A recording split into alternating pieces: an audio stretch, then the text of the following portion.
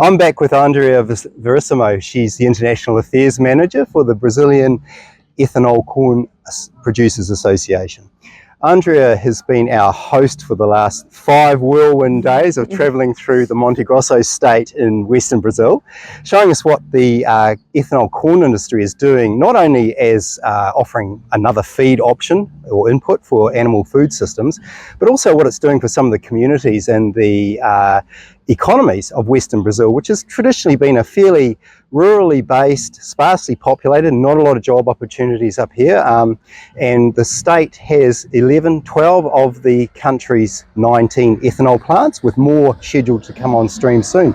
As a result, job opportunities have opened up significantly for local people of both less skilled and highly skilled levels. So Andrea, thanks for taking us around the last few days. It's been a big trip. We've covered a lot of ground. Yeah. But I'm really interested too, because you've got quite strong relationship to New Zealand, don't you? I mean, you spent a bit of time there. What were you doing in New Zealand? Well, I'm a fully qualified vet, Right. and two years after I graduated, I worked in my family's farm, and then I decided I wanted to study a bit more, so I went to New Zealand to do a master's in farm management at Lincoln University. Yep, which we share that. We have that in common. So it was such a landmark in my life. I think going to the other side of the world and learning and getting to know different people. And when you get to a new place, you don't have any reputation, right? You can be yourself, just Andrea from Brazil. And I made so many friends and all the things I've learned. And I have New Zealand in the bottom of my heart. I love everything about it. What? Because you did a master's degree in farm management, wasn't it? So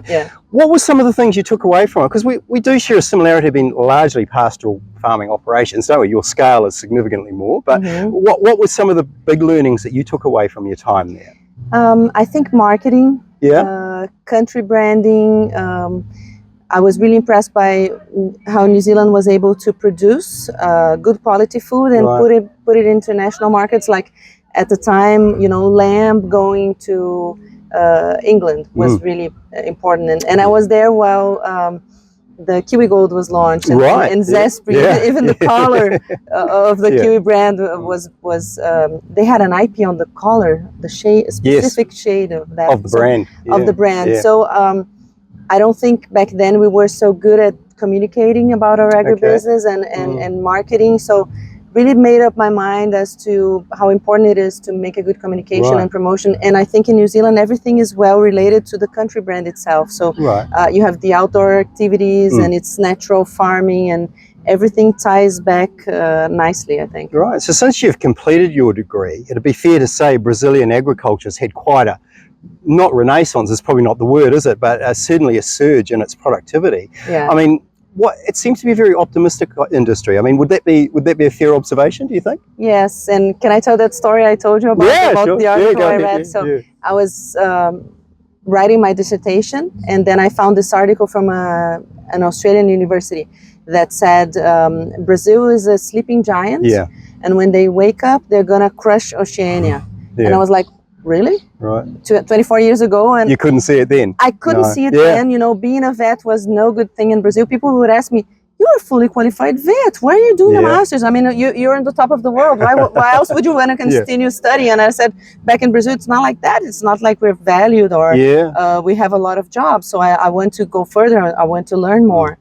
And then that's when I decided, I had an epiphany. I thought that's what I want to do when I go back to Brazil, because even then Brazilians were not aware of that, of the things that were about to happen. You mean you wanted to go back to Brazil for more farm advice and consulting sort of not work, only or marketing? that, but I kind of evolved my thinking into promoting Brazilian agribusiness, and communicating about it, because I like I was with you guys for the whole weekend. It was wonderful. I like to build bridges between people, and I think languages, cultures, getting together, we learn so much from each other. So I wanted to be that link, and I've been doing that for the past 24 years, 23 years, promoting.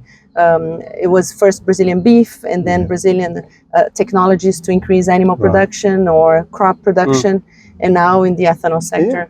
What do you think has really been driving the increase in the last? Because Brazil, you sent me the notes. Brazil's #1 for cotton, sugar, coffee, soybeans, even orange juice, and it's only just knocked the US off perch as the largest exporter of cotton, isn't it, I think, Yeah, in the world. but just from last week. Yeah, just last week, while we're here.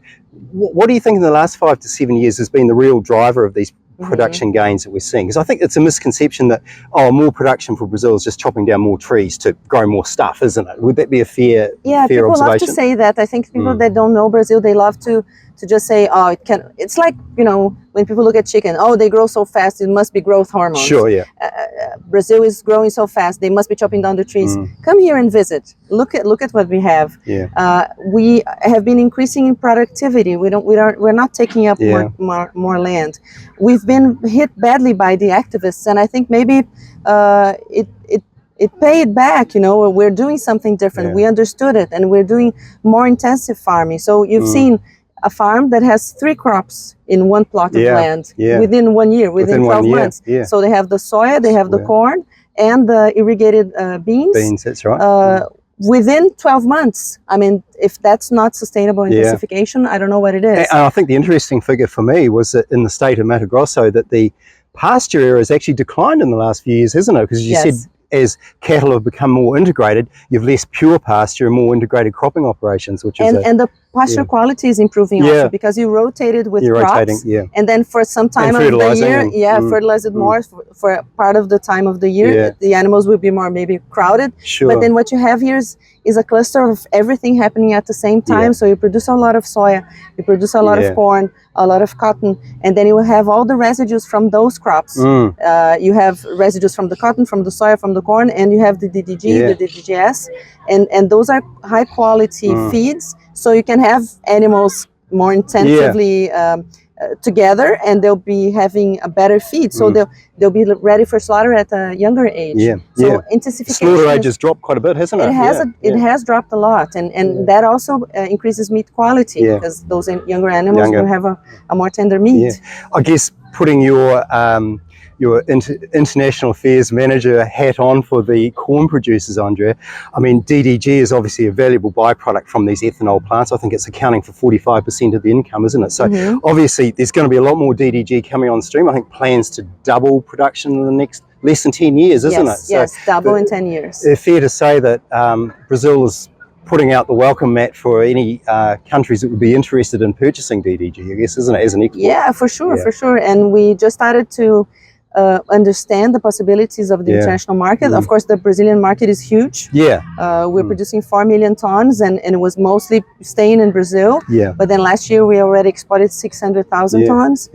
It should be more this year. So we're trying to understand also which countries would demand the product, and we'd be happy to start selling more to New Zealand. And we are already second largest market for DDG, aren't we? Which is interesting. I never knew that till I came. So part of the reason of inviting you guys here is, to show this is a brand new industry. It started 7 years ago. That's when we had the first, and you visited, FS was the first full corn ethanol plant. So it's, 7 years is not, it's a sabbatical, right? And it's happening now. True. And it raises some interesting opportunities, doesn't it? Because these plants, I never realized till we came that they're actually biofueled, aren't they? So we've seen crops of bamboo, 2 years they get felled for fuel for the ethanol plants. Eucalyptus grown 6 years, wasn't it, I think? I think probably as a greener fuel, that's obviously providing plenty of opportunity for lowering a carbon footprint there too. Even the biomass is renewable. So you use a renewable biomass to produce renewable fuel. So we think, there's always that sentence that activists love to say, food versus fuel. We think we're doing, everything together, but it's not against. It's like a plus. It's not an X. It's not against. It's food and fuel and feed. All together within, even within the same plot of land during the year. And all often happening within quite a small radius of where the plant is too, isn't it? I think we've mastered the climate. It's a tropical climate, so we have a lot of research. You asked me about the factors. I think there's a lot of research into adapting cultivars and which ag chemicals we should use and which other possibilities are there, a more organic type of production. Everything is being tested and increased. And we have more technology in the farms. And some significant kit, isn't there? So you have young people becoming interested, because if you're a tech person, maybe in the past you would think, no, I don't want to be in a rural setting because it's not even connected.